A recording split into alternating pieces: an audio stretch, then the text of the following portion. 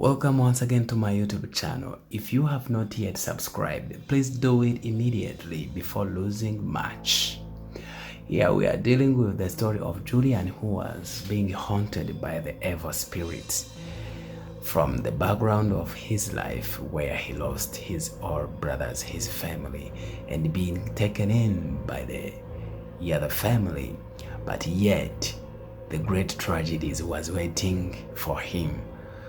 So the so-called solution to the problem was becoming a never burden to his life. Don't miss. Here we go. Episode 1. The Haunting of Julian.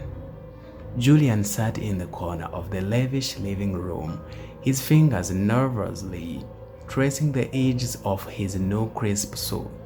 The grandeur of his surroundings felt foreign, almost suffocating.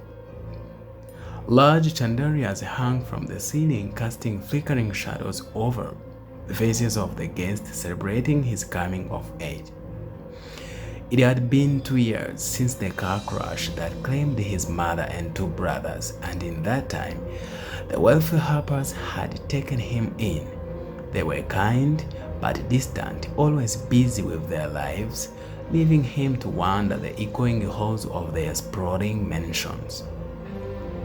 As the party carried on, Julian couldn't shake the feeling that he was being watched.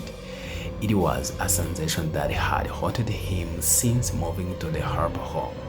The whispers in the darkness, the fleeting glimpse of shadowy figures at the edge of his vision.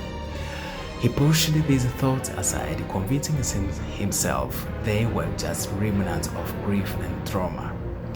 But tonight, as laughter filled the air and glasses clinked in celebration, the unease was palpable.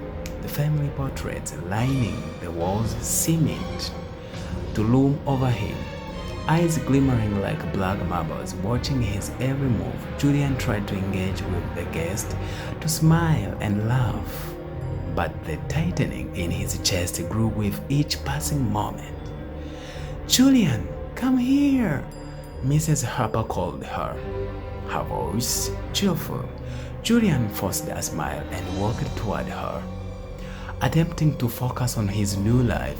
Just then, the television flickered on, capturing the attention of the room.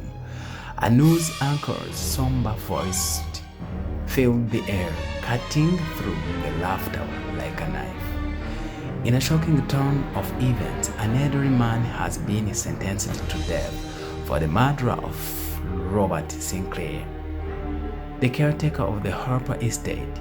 Witnesses claim the man had been seen lurking around the property for years, claiming he was searching for his lost son.